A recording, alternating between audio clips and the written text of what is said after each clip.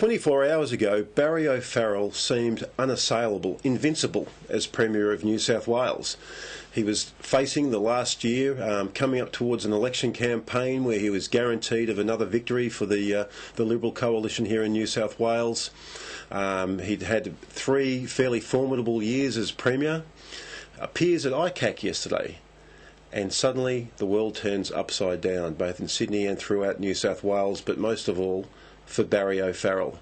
The once unassailable, invincible Premier of New South Wales has declared that he will be stepping down from the role as soon as he can organise a party room meeting for early next week after the Easter break.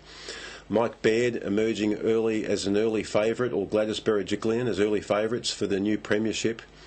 Barry O'Farrell went to ICAC yesterday and, like so many others before him, suddenly discovered that a large stain can develop on what was a previously untaintable character.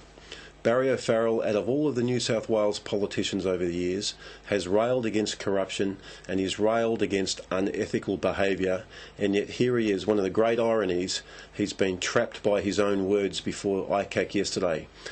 O'Farrell appeared before them and was confronted with a question about a $3,000 bottle of Penfolds Grange Hermitage that had been sent to him by the then Director and Chief Executive of Australian Water Holdings, Nick Di Geronimo. Now, this bottle had been couriered over to his house and, as it turns out, was left on the front door of his Roseville home.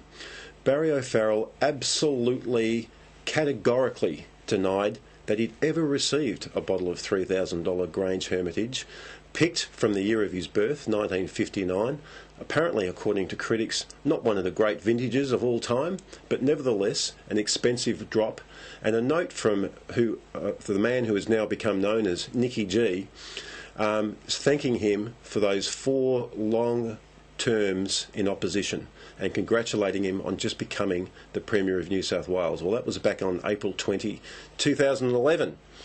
And yet, such a formidable present, something that would probably stick in your mind, completely slipped from Barry O'Farrell's memory. He told ICAC yesterday, he repeated it over and over and over again, and then later at a press conference, and then later on our breakfast show this morning at about 7:15, there was no bottle of wine that arrived at his Roseville home. He had double-checked, triple-checked. He had no recollection whatsoever.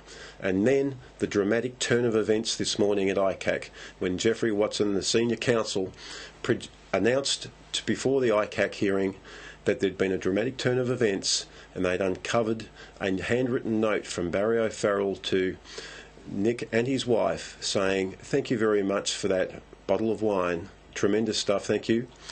Well, Barry O'Farrell's been caught out, misleading ICAC, misleading the people of New South Wales.